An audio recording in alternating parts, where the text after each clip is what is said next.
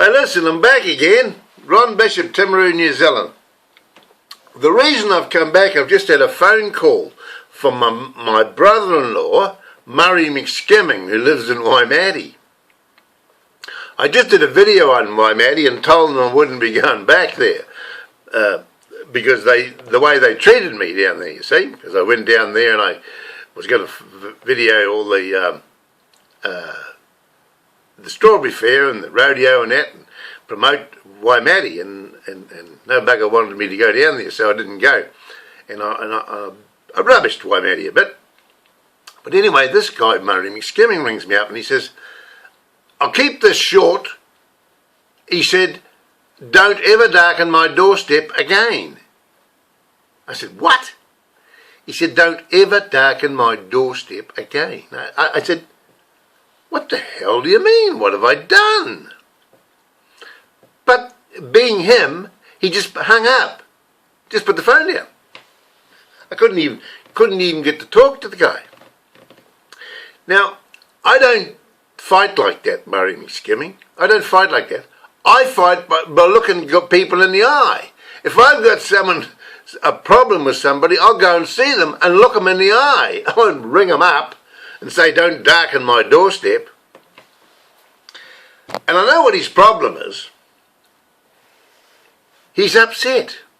He's upset because his brother, Stuart McSkimming, doesn't speak to me.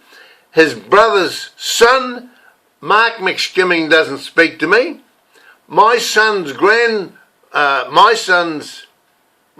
stepson's son, Dean, doesn't speak to me. And now Murray is cut me out of his life.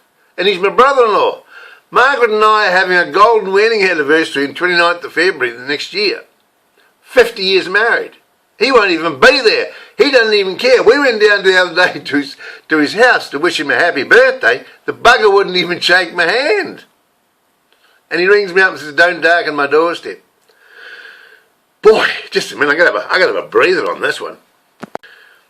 Listen, I had to Google it. I didn't know what darkening my doorstep meant, but I had to Google it, and it says, "Don't ever visit me again." Right? Now, one of his problems, this Murray McSkimming, is he feels a bit guilty because they had this fine wool shearing in Alexandria, you see, and I used to be a shearer, and I shore in the final of the fine wool shearing there one year, I think it's 63 or something, and I was fourth in the final, you see, and they had a 50th Jubilee a couple of years ago, right?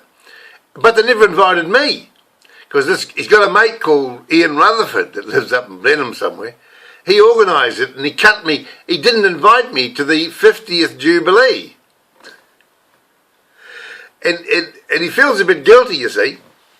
And there's a hell of a lot of skeletons in his cupboard. He's got a cupboard full of bloody skeletons. Now, I've got a few skeletons in my cupboard too, but what I do with my skeletons, I bring them out and I put them on the table. And I say, "Here's my bloody skeletons. Let's go through these skeletons and get them sorted out." There's a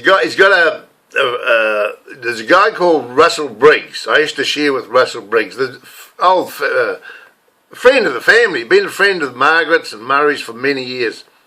Russell Briggs, and he's in a home in Christchurch, and I thought, geez, it'd be good to go and see Russell. No one ever goes to see him, and I'm not too sure which home he's in, and I thought, well, I'll go up there. I thought I'd get Michael, that's my stepson, to come with me next Sunday, and we'd go and see Russell Briggs, you see, and while we're there, we could go and see Margaret's brother, Stuart McSkimming, and his son Mark, and see if we can patch things up, you see, because we've had a big row.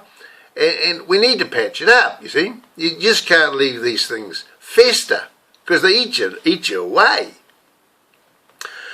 But now I've got this other problem, you see, with Margaret's brother. And, of course, the cunning bugger, he knows Margaret's not here. He knows she's in hospital at the moment, getting her eyes done. And so he took advantage of that, knowing that she wouldn't answer the phone, and he used it. It's like hitting you behind when you're not looking, you know? giving you a bloody backhander when you're not looking. So he just rings up and says, don't darken my doorstep. Didn't even know what it meant. I had to look it up.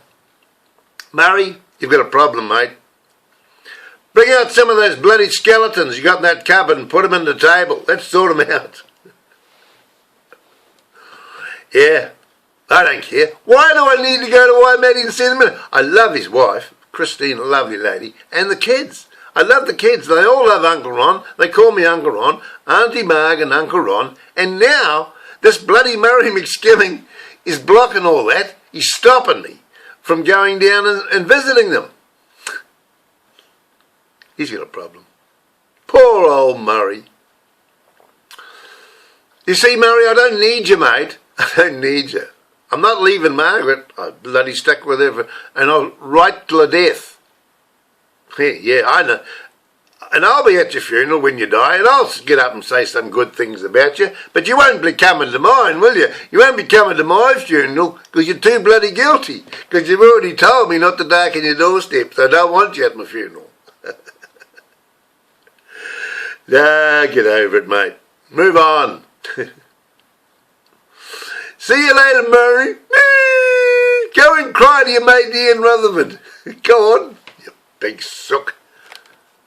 I thought you were a bloody man, not a mouse. Come and see me, you know where I live. Bye-bye.